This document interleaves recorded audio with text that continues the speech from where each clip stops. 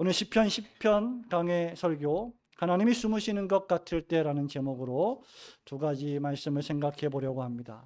오늘 설교는 여러분이 너무나 잘 알고 있는 한 이야기를 시작하면서 설교를 시작하려 합니다. 어느 날 밤에 어떤 사람이 꿈을 꾸었습니다. 주님과 함께 해변을 걷고 있는 꿈이었습니다. 하늘 저편에 자신의 인생의 장면들이 번쩍이며 비쳤습니다. 아마 죽을 날이 가까워 온 시간들이 아닌가 생각이 됩니다. 한 장면씩 지나갈 때마다 그는 모래 위에 난 두 쌍의 발자국을 보았습니다. 하나는 자기 자신의 것이었고 다른 하나는 주님의 것이었습니다.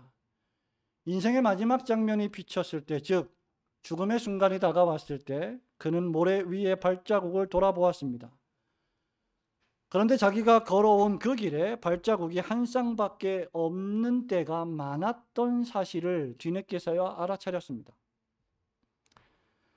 그 발자국이 한 쌍밖에 없었던 시간이, 그 시간이 자신의 인생에서는 가장 힘들고 고통스럽고 견디기 어려웠던 시기들이었다는 것도 알게 되었습니다.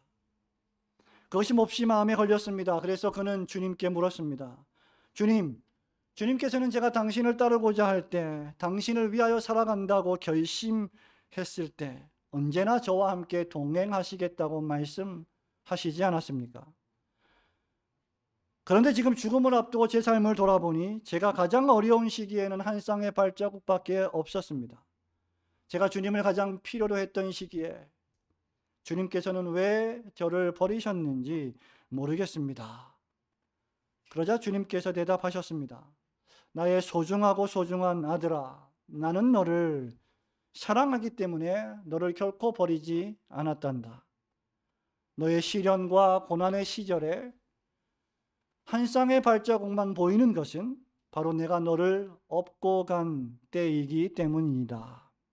여러분, 이 이야기는 메리 스티븐슨의 유명한 모래 위의 발자국이라는 시입니다. 우리가 가장 힘들고 어려운 시기를 통과할 때 마치 하나님은 안 계신 것 같아 보이고, 마치 나 혼자만 그 고난의 시간을 오롯이 통과하고 있는 것 같다고 생각합니다. 그래서 괴롭고 힘들고 지치고 쓰러지고 싶습니다. 하지만 한 번도 하나님은 우리를 실망시키신 적 없으십니다. 한 번도 우리를 실망시키신 적 없으신 자비의 주님께서는 그 순간들마다 우리를 업으시고 우리를 안으시고 그 고난의 시간을 걸어가신 것입니다. 우리는 마치 하나님께서 나의 인생길에서 안 계신 것 같은 시간들을 종종 맞이하게 됩니다. 그것이 지금 우리가 방금 읽었던, 다 읽지 않았습니다마는 방금 읽었던 시편 10장에 다윗이 경험하고 있는 상황입니다. 다윗은 1절에서 이렇게 말합니다. 하나님 왜 어찌하여 멀리 서 계십니까? 왜 환난 때에 숨어 계십니까? 그렇게 기도하고 탄식합니다. 우리는 시편 9편에서요. 여호와 하나님께서는 언제든지 압제를 당하는 자의 요새이시며 환난 때의 요새이시다라고 노래했던 것을 기억합니다. 하지만 시편 10편은 고통의 시간에 하나님의 부재하심과 하나님의 무활동에 대한 탄식으로 시작합니다. 성도 여러분, 여러분들에게도 혹시 이런 시간들이 있지 않았습니까? 기도해도 도무지 응답이 안 되는 것 같이 보이는 시간들, 열심히 주를 위해 살아가는데 어느 날 갑자기 내 몸을 보니 치료가 불가능한 중병에 걸린 순간들, 사업이 실패하고 관계가 어그러지고 절망의 나락으로 떨어져서 고통을 당하고 있을 때 침묵하시는 듯한 순간들을 우리는 종종 맞이하게 됩니다. 그러면 우리는 여지없이 자연스럽게 도대체 왜 나한테 이런 일들이 벌어지는 걸까라고 생각하기가 매우 쉽습니다. 마치 하나님이 안 계신 것 같은 상황 속에서 보이는 사람들의 일반적인 반응은 불평이요, 불만입니다. Why? 왜?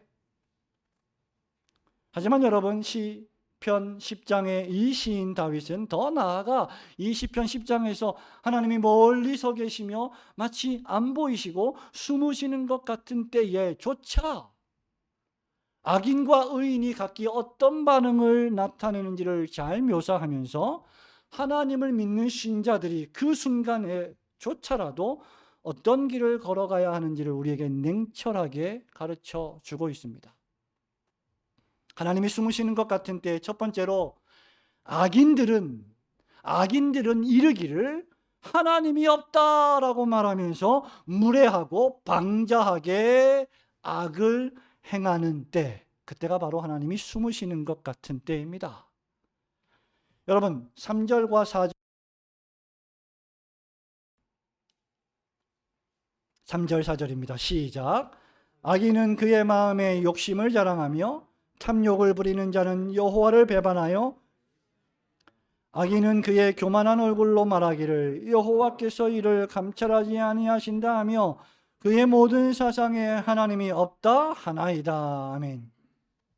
하나님이 안 보이고 안 계신 것 같은 때에 악인들은 하나님 안에서 자랑하고 하나님을 찬양해야 마땅함에도 불구하고 그렇게 하는 대신 도리어 그들은 헛된 욕심을 자랑하고 자신들의 마음속에 있는 탐욕을 숭배하며 더 나아가 살아계신 하나님을 멸시합니다.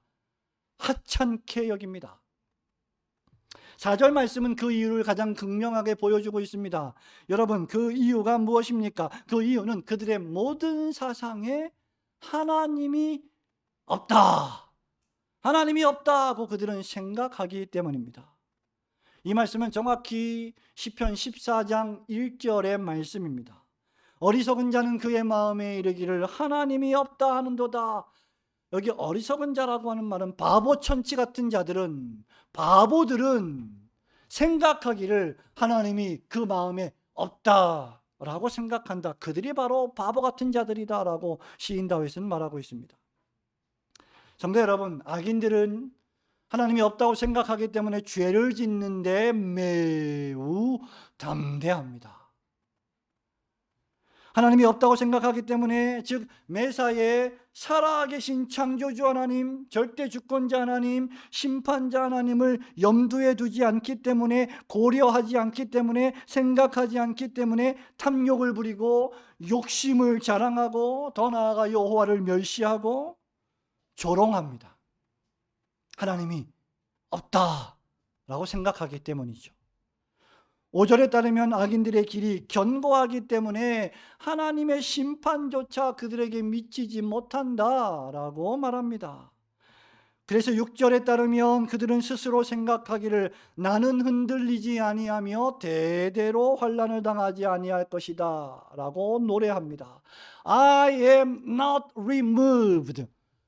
나는 이 자리에서 결단코 옮겨지지 않을 거야. 나는 누가 나를 치울 수 없을 거야 라고 자신만만하게 말하는 것이죠.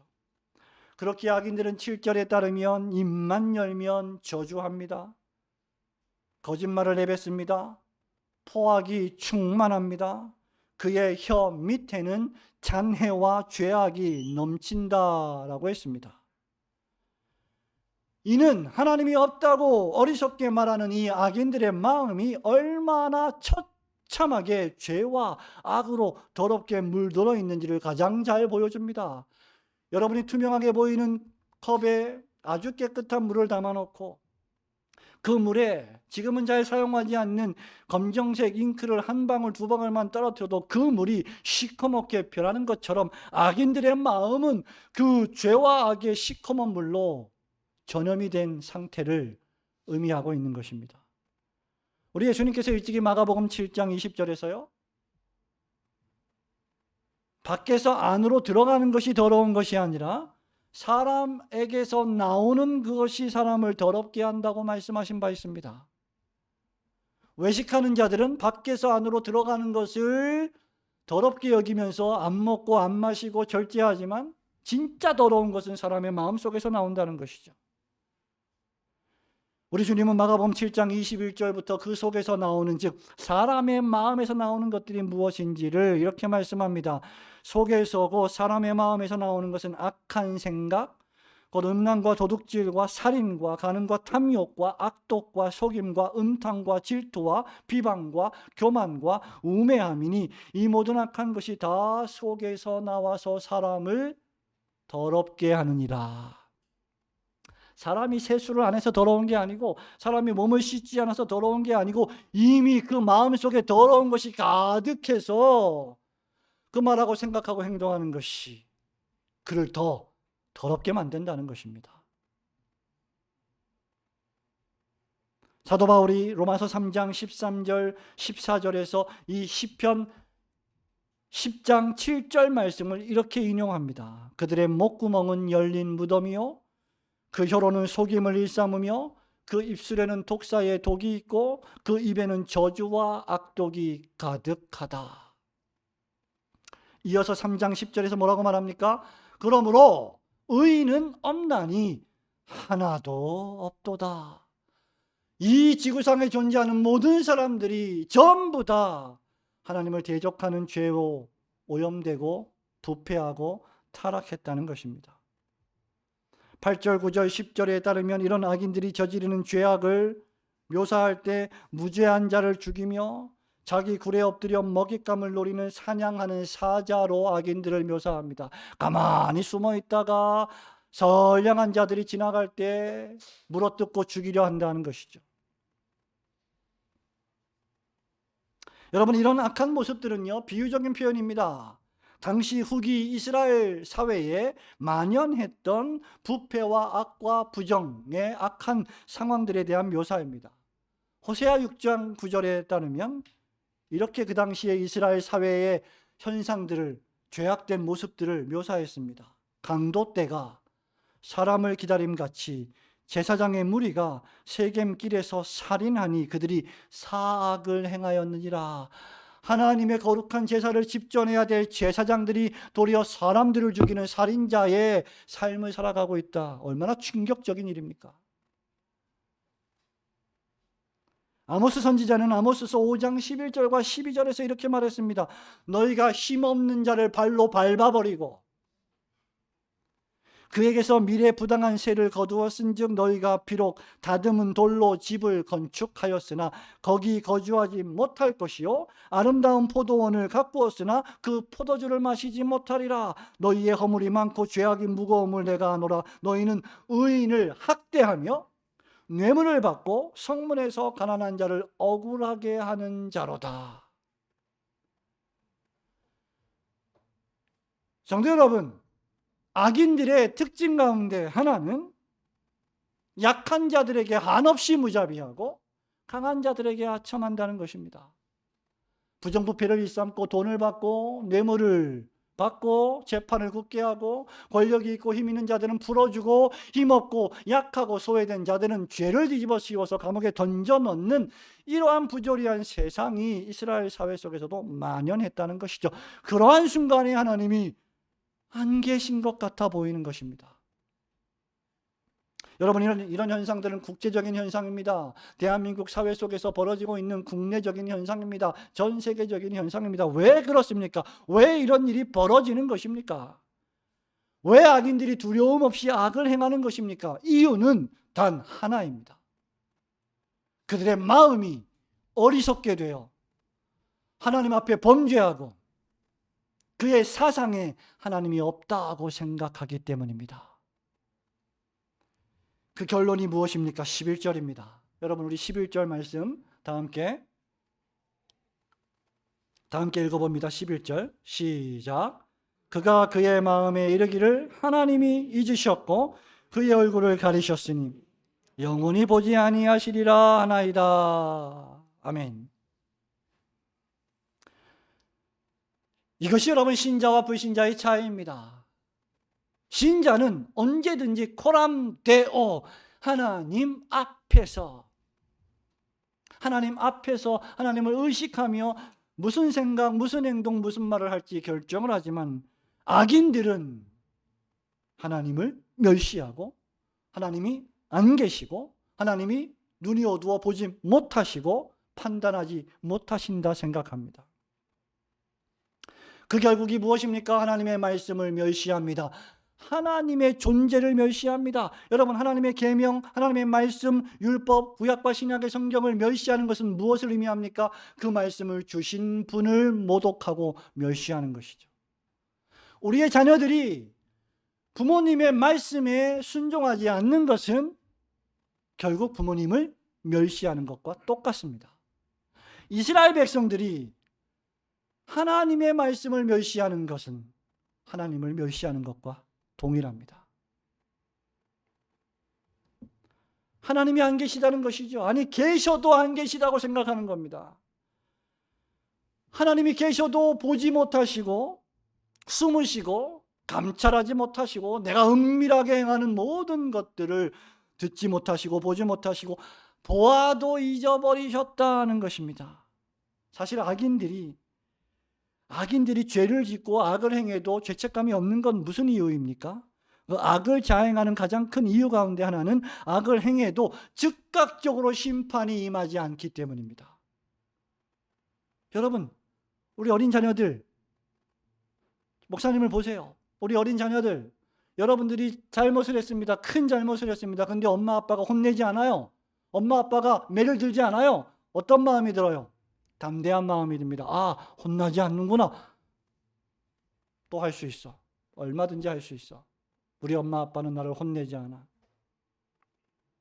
심판이 임하지 않기 때문입니다. 악인들이 하나님을 멸시하고 교회를 핍박하고 성도들을 조롱해도 멸시해도 즉각적으로 하늘에서 불이 떨어져서 악인들을 불사르지 않습니다. 즉각적으로 심판이 임하지 않으니 더욱 용감하고 대담하게 악을 행하는 것입니다. 그들은 마치 지금 이렇게 말하는 것과 같습니다. 야, 너희들 하나님 믿냐? 하나님 믿어? 아이고야, 하나님이 있으면 지금 나한테 천벌을 내리라고 얘기해. 내가 천벌을 받을게. 아주 대담무쌍하게 그런 말들을 합니다. 지금 천벌이 내리지 않는 걸 보니 하나님은 없어 임마. 그들은 마치 하나님이 이 세상에 대해 아무런 관심도 없다고 생각합니다.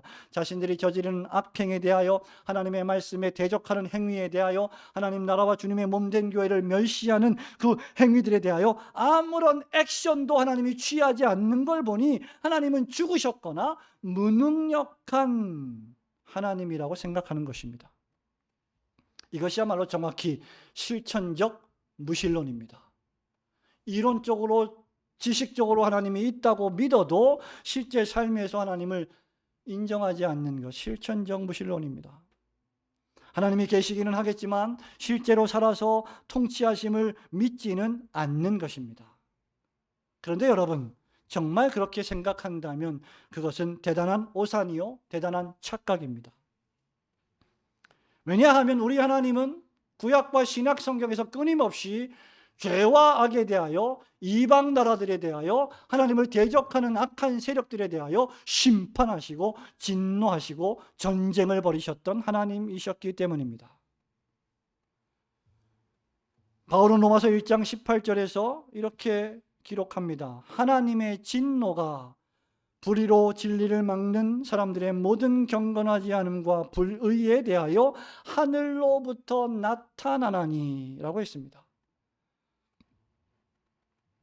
지혜의 대왕 솔로몬 왕은 전도서 마지막 장인 12장 13절과 14절에서 이렇게 우리에게 명령합니다.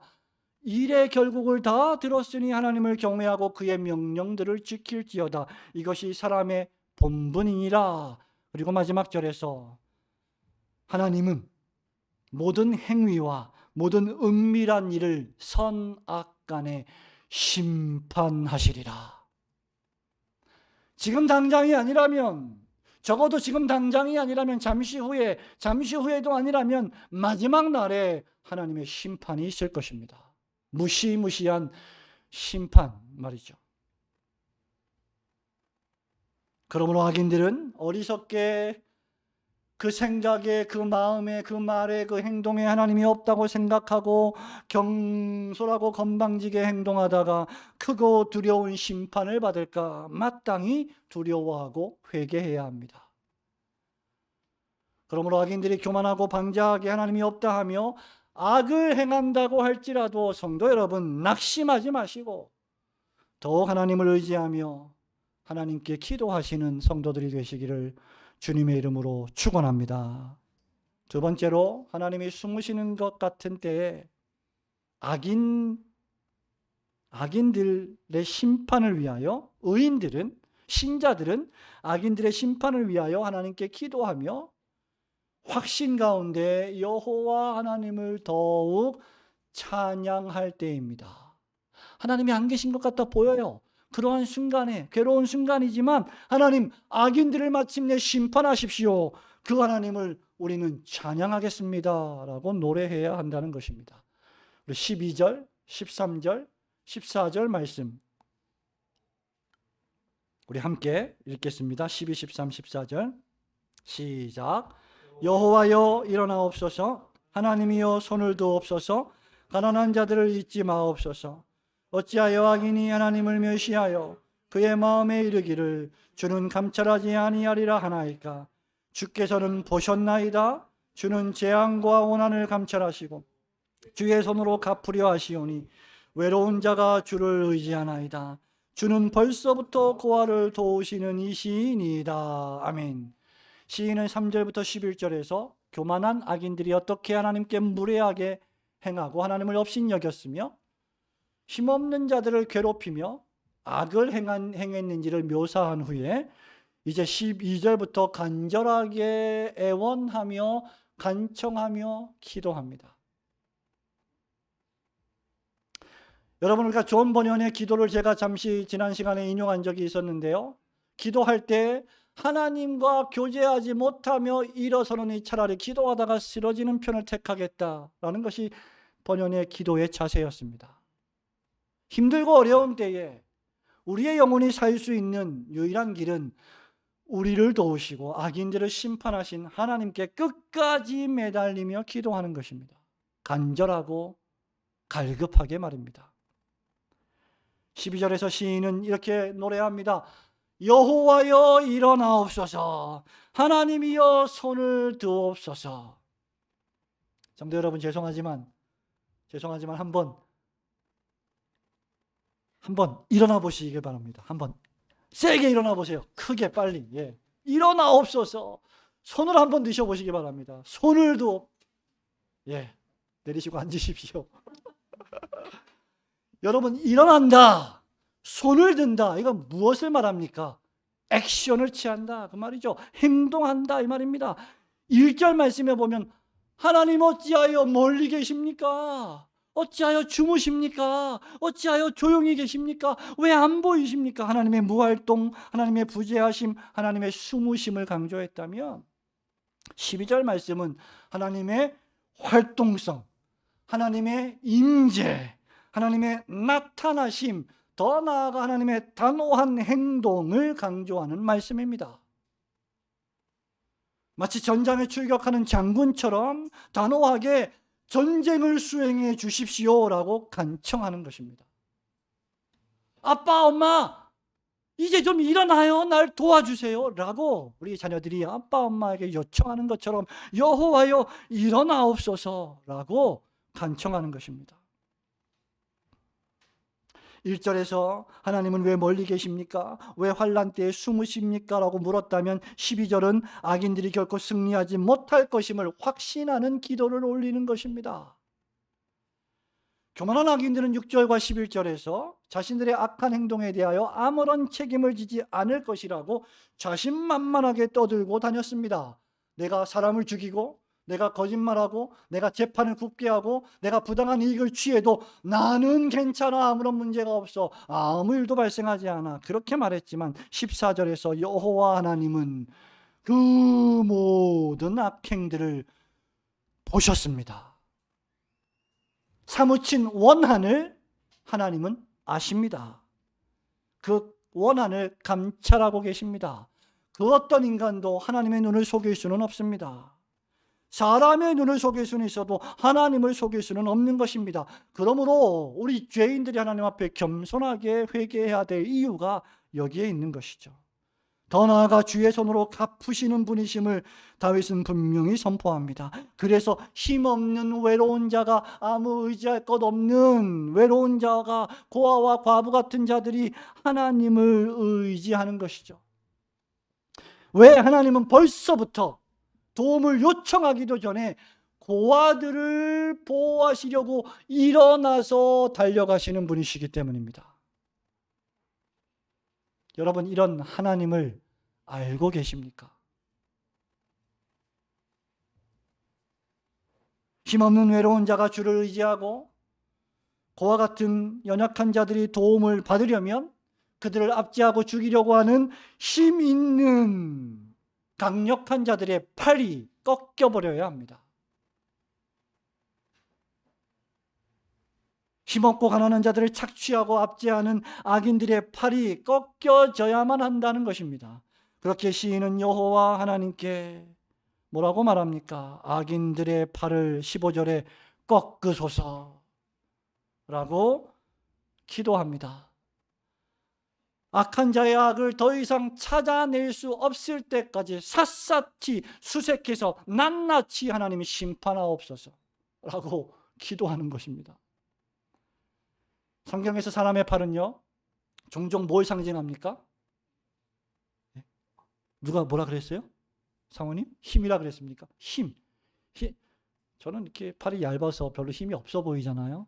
근데 진짜 우리 운동하는 친구들, 오늘 교회에도 몇 명 있는 것 같은데, 운동하는 친구들의 팔을 보면 힘의 상징이 느껴져요. 힘 있는 친구처럼 느껴져요. 제가 알고 있는 가까운 교회에 김성욱 집사님이라고 계신데, 그분의 팔뚝은 제 허벅지만 합니다. 팔뚝이 이래요. 거의 마동석, 영화배우 마동석 같은, 얼마나 튼튼해 보입니까? 얼마나 강해 보입니까? 그런 팔뚝을 가지고 있으면.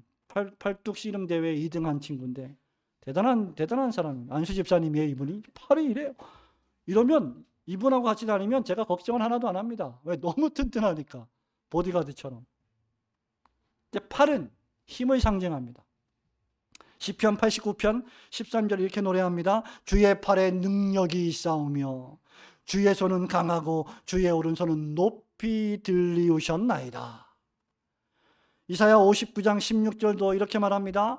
사람이 없음을 보시며 중재자가 없음을 이상히 여기셨으므로 자기 팔로 스스로 구원을 베푸시며 자기의 공의를 스스로 의지하사.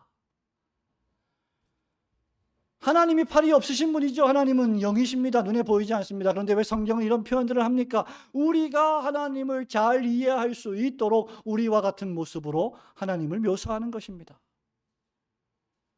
따라서 악인의 팔을 꺾는다는 것은 악인들의 모든 배역적인 행동을 끝장낸다는 것입니다. 여호와 하나님의 팔은 그럴 능력이 있으신 강력한 팔이기 때문입니다. 나아가 악한 자의 악을 더 이상 찾아낼 수 없을 때까지 찾으소서라고 할 때, 찾으소서는 avenging이란 뜻인데, 여러분 영화 어벤져스 알죠? 그 뜻이 뭔지 아세요? 수색하는 자, 끝까지 찾아가는 자, 그런 뜻입니다. 복수하는 자, 끝까지 찾아서 응징하는 자.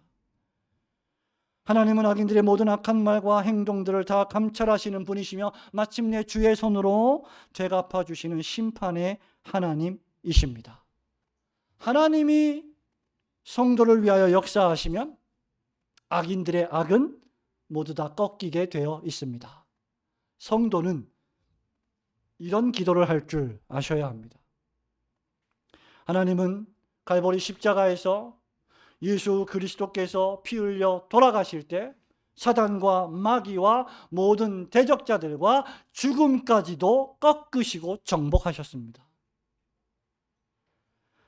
하나님은 예수님을 통하여 죄를 도말하셨고 죽음을 정복하셨고, 그리스도께서는 십자가에서 악에 대하여 승리하셨고 모든 택한 백성들을 구원하시고 값을 치르고 예수님의 소유로 사셨습니다. 모든 성도들은 그리스도 예수 안에서 믿음으로 승리하게 된 것입니다. 그럼에도 불구하고 신자들은 궁극적으로 모든 악이 이 지상에서 완전히 제거될 마지막 종말의 날까지 인내하고 참고 믿음으로 살아가야 합니다. 그것이 신자의 신앙생활, 그것이 슬기로운 신자의 교회 생활입니다. 비록 악인들이 교회를 향하여, 성도를 향하여, 여러분들을 향하여 핍박하고 조롱하고 중상모략하고 음해할 때조차도 성도들은 십자가상에서 모진 고난을 받으시면까지 인내하고 참으셨던 예수님을 본받아 이런 모든 고난들을 인내하고 참아내야 합니다. 베드로전서 2장 23절에서 베드로가 우리 주님이 어떤 일을 당하셨는지를 기록하고 있는데, 욕을 당하시되 맞대어 욕하지 아니하시고 고난을 당하시되 위협하지 아니하시고 오직 공의로 심판하신 이에게 부탁하셨습니다. 구약의 율법은 무엇입니까? 눈에는 눈, 이에는 이, 나의 뺨을 때리면 너의 뺨도 맞아야 한다는 것이지만, 신약의 윤리는 오른편 뺨을 때리면 왼편을 돌려대고 속옷을 달라 하면 겉옷까지 주는 것입니다. 그러므로 신자들은 사도 베드로가 권면한 바와 같이 베드로전서 4장 19절 말씀처럼 행해야 합니다. 그러므로 하나님의 뜻대로 고난을 받는 자들은 또한 선을 행하는 가운데에 그 영혼을 미쁘신 창조주께 의탁할지어다. 여러분, 고난당할 때요, 누가 나에 대해서 중상모략할 때, 누가 나에 대해서 나쁜 말을 할 때 우리가 보이는 일반적인 행동은 뭐예요? 자식 봐라 이거, 어쭈? 안 되겠네 이거. 가만두지 않는 겁니다. 제가 알고 있는 어떤 지인이 자신에 대해서 뭔가 안 좋은 얘기를 막 할 때 앞에서는 웃으면서 네 그러면서 속으로는 칼을 간다 그러더라고요. 그런 지인이 그런 말을 한 적이 있는데, 여러분, 우리가 일반적인 그런 어려움들을 당할 때 우리는 여러 가지 행동들을 합니다. 그런데 하나님의 백성들은 그러한 때조차 심판하심이 여호와께 있음을 믿고 여호와 하나님께 자신의 영혼을 부탁하는 겁니다. 그리스도인은 이 세상에서 무고하게 고난당할 때조차 악으로 악을 갚지 말고 선으로 악을 이겨야 합니다. 아마 그래서 앞에서는 웃으면서 속으로는 마음의 칼을 갈고 주님께 이 원한을 풀어주세요라고 기도했던 것이 아닐까, 제 지인이 아마 그렇게 기도한 것이 아닌가 생각이 됩니다. 여러분, 그런 일 당할 때 신자는 원망하고 불평하고 짜증내기보다 도리어 하나님께 악인들을 심판하여 달라고 기도하셔야 합니다. 스스로 악을 갚고 원수를 갚기보다 원수 갚는 것조차 누구에게 맡겨요? 하나님께 맡겨야 합니다. 그게 편합니다. 여러분이 원수를 갚으면 여러분이 또 원수를 만나게 됩니다. 로마서 12장 19절에서 바울은 말합니다. 내 사랑하는 자들아, 너희가 친히 원수를 갚지 말고 하나님의 진노하심에 맡기라. 기록되었으되 원수 갚는 것이 내게 있으니 내가 갚으리라고 주께서 말씀하시니라. 내가 문제를 해결하려면 어떤 때는 한 달이 걸리고 1년이 걸리고 10년이 걸릴 문제도 있습니다. 근데 해결이 안 되는 경우도 있어요. 그러나 우리 주님이 한번 문제를 해결하시면 순식간에 해결되는 겁니다. 문제는 우리가 그런 하나님을 믿고 우리의 문제를 맡겨야 한다는 것이죠. 비록 악이 성행하고 악인들이 잘 되는 것 같으며 하나님께서 여러분의 인생길에 숨으시는 것 같아 보여도 마침내 여호와 하나님께서 분연히 일어나시고 악인들의 팔뚝을 꺾으실 것을 굳게 믿으시고 그 하나님께 악인들의 심판을 맡기며 겸손히 기도하시는 성도들이 되시기를 주님의 이름으로 축원합니다. 성도 여러분, 말씀을 맺습니다. 여호와 하나님께서 일어나시면 모든 이방 나라들이 망하게 되어 있습니다. 왜냐하면 16절 말씀처럼 여호와께서는 영원무궁토록 왕이시기 때문입니다.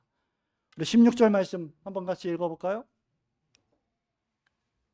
16절입니다. 시작. 여호와께서는 영원무궁토록 왕이시니 이방 나라들이 주의 땅에서 멸망하였나이다. 아멘. 하나님께서는 구약 이스라엘 민족의 왕이시며 자기 백성들의 왕이시며 택한 성도들의 왕이시며 신약의 교회의 왕이십니다. 예수 그리스도는 교회의 신부이시며 교회는 그리스도의 신부이며 예수님은 교회의 신랑이십니다. 하나님은 애굽에서 종살이하던 백성들의 신음소리를 들으셨어요. 친히 그들을 찾아오셔서 애굽에서 구원하여 주신 왕이십니다. 출애굽기 15장 17절에서 이렇게 말합니다. 주께서 백성을 인도하사 그들을 주의 기업의 산에 심으시리이다. 여호와여 이는 주의 처소를 삼으시려고 예비하신 것이라. 주여 이것이 주의 손으로 세우신 성소로소이다. 여호와께서 영원 무궁하도록 다스리시도다 하였더라. 바로의 말과 병거와 마병이 함께 바다에 들어가매 여호와께서 바닷물을 그들 위에 되돌려 흐르게 하셨으나 이스라엘 자손들은 바다 가운데서 마른 땅으로 지나간지라. 하나님은 출애굽 당시 이스라엘 백성들의 부르짖음을 들으시고 하늘에서 내려오셔서 그들을 애굽인의 손에서 건져내시고 홍해를 갈라서 건너게 하시고 그들을 추격하여 죽이려 쫓아오는 바로의 군병들은 홍해 바다에 수장시키신 심판의 하나님이십니다. 그런 하나님께서 오늘 우리들의 궁핍한 순간에도, 여러분들의 아픔의 순간에도 여러분들이 부르짖는 기도와 탄식과 신음소리를 들으시는 분이십니다. 하나님은 여러분의 기도에 무관심하신 분이 아니십니다. 어떤 부모가 슬피 울며 괴로워하는 자녀들의 탄식에 귀를 닫고 눈을 감을 부모들이 있겠습니까? 하나님의 사랑스러운 부모님처럼 자녀들의 필요에 민감하고 자녀들이 원하며 필요로 하는 모든 것들은 무엇이든지 다 들어주시려 하시는 사랑의 아버지이십니다. 하나님 아버지는 우리에게 필요한 것이 무엇인지를 우리가 아는 것보다 훨씬 더 우리가 무엇이 필요한지를 잘 아시는 사랑의 아버지이십니다. 불평하지 마십시오. 하나님은 우리에게 모든 좋은 것을 다 주셨습니다. 단 하나도 하나님이 주시지 않은 것이 없고 단 한순간도 하나님이 우리를 실망시키신 적이 없으십니다. 마치 하나님이 여러분 삶에, 여러분 가정에, 여러분 남편과 아내의 관계, 여러분 자녀와 부모의 관계, 여러분의 교우 관계에 안 계신 것 같아 보이고 힘든 시간들이 있습니까? 멀리 계신 것처럼 보이고 기도의 응답이 안 되는 것처럼 보입니까? 실상은 그 시간에 하나님이 여러분을 업으시고 여러분을 안으시고 걸어가고 계십니다. 출애굽 이후에 하나님이 약속하신 땅으로 가던 구약의 이스라엘 백성들은 많은 장애물들을 만났습니다. 그러나 주님의 도우심으로 만나와 메추라기를 먹으며 구름 기둥과 불 기둥 가운데 광야 40년을 통과하며 마침내 가나안 땅 약속의 땅에 입성했습니다. 신약의 성도들 역시 죄로부터 구원을 받은 이후에 하나님의 나라에 들어가기까지 이 지상의 죄 많은 세상 속에서 하루하루 살아가면서 너무나 많은 장애물들을 만납니다. 하나님을 섬기기 어렵고 예배드리기 어렵고 말씀대로 살아가기 어렵고 진실하고 거짓되지 않게 살아가기에 너무 어려운 세상 속에서 살아가고 있습니다. 그러나 역시 매일매일 도우시는 하나님의 은혜 가운데 넉넉히 승리하며 전진하고 있습니다. 비록 하나님이 숨으시는 것 같아 보여도 하나님은 언제나 우리와 함께 하시고 우리를 도우시며 우리를 안고 가시는 우리의 사랑의 아버지이십니다. 하나님 멀리 계시고 안 계신 것 같아 보여도 항상 우리와 함께 하시고 우리를 도우시는 사랑의 아버지이심을 굳게 믿으시고 그 하나님께 매사에 도움을 요청하시고 기도하시고 찬양하시는 올곧은 성도들 되시기를 주님의 이름으로 축원합니다. 아멘.